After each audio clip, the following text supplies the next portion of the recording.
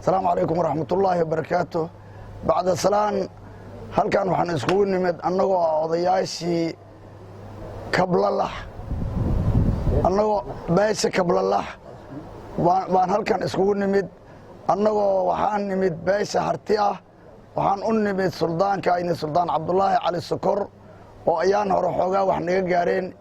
إن أن هوشا تدوينه كومضا عن كراهنا إن أن سلطان كرر اللي جرينا إن أن سلطان كعمامة صارنا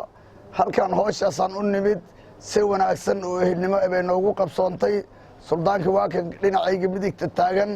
رالي الله كان نقضي رالي ونجن نقضي إلك إذل بنو على الفيو هذي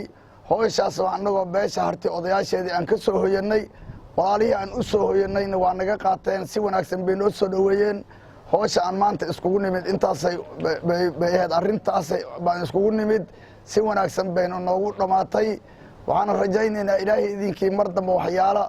إننا كلا جارين بلو آدم كدتك إهلك وبضل نسوي اسكون دعاء يربي هذا النعاب يمحوه يمجرين وحكى لمجرين سلطان كاين سلطان نوعهاي وإهل عنهن وبان مركو يرلحني أنت بان سلطان كداهني سلطان وحنرنا هوشا إنات كعلو الفيوات إهلك كومضة وإذن وكعلو الفيوات قبل الله وكعلو الفيوات السلطان إجيبات إجي كفيواتان أنت أصلا ما أنت أنمد إن شاء الله بإذن الله الكريم وأنا نجاح بسين إن نوجد عيسنا وأرنا هذا الله وبالله التوفيق. السلام عليكم ورحمة الله وبركاته. sida ugaas ku sheegay meeshan waxaa isugu timid oo isugu yimid beesha Kablalax waxay isugu yimaadeen wanaag waxaa socday beesha harti dhaqankeeda annagoo beesha kuumada dhaqankeedana waa noo yimaadeen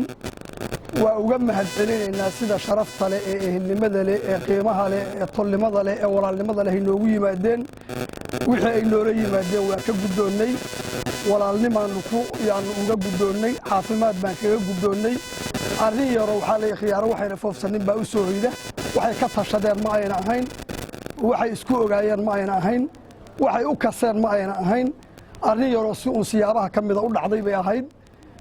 haddii ay dhacdayna waa ka xanuunsannay ayana waa ka xanuunsadeen oo waa ka soo hoydeen suldaan cabdulaahi suldaan cali sonkor bay arrintaasu ku dhacday annagana wayna wada taabatay oo dadkii uu suldaanka u ahaa iyo ummaddii uu xukumay ah maanta laga bilaabo arrintaa waa ka bugsannay waa ka fayoobaanay walaalnimo xalay dhalay baynu ka nahay wax allaale wixii dhexdeenna soo galna sidaa iyo si ka fiican baynu u xallin doonnaa aad iyo aad baad u mahadsantihin asalaamu calaykum waraxmatullaahi wabarakaatu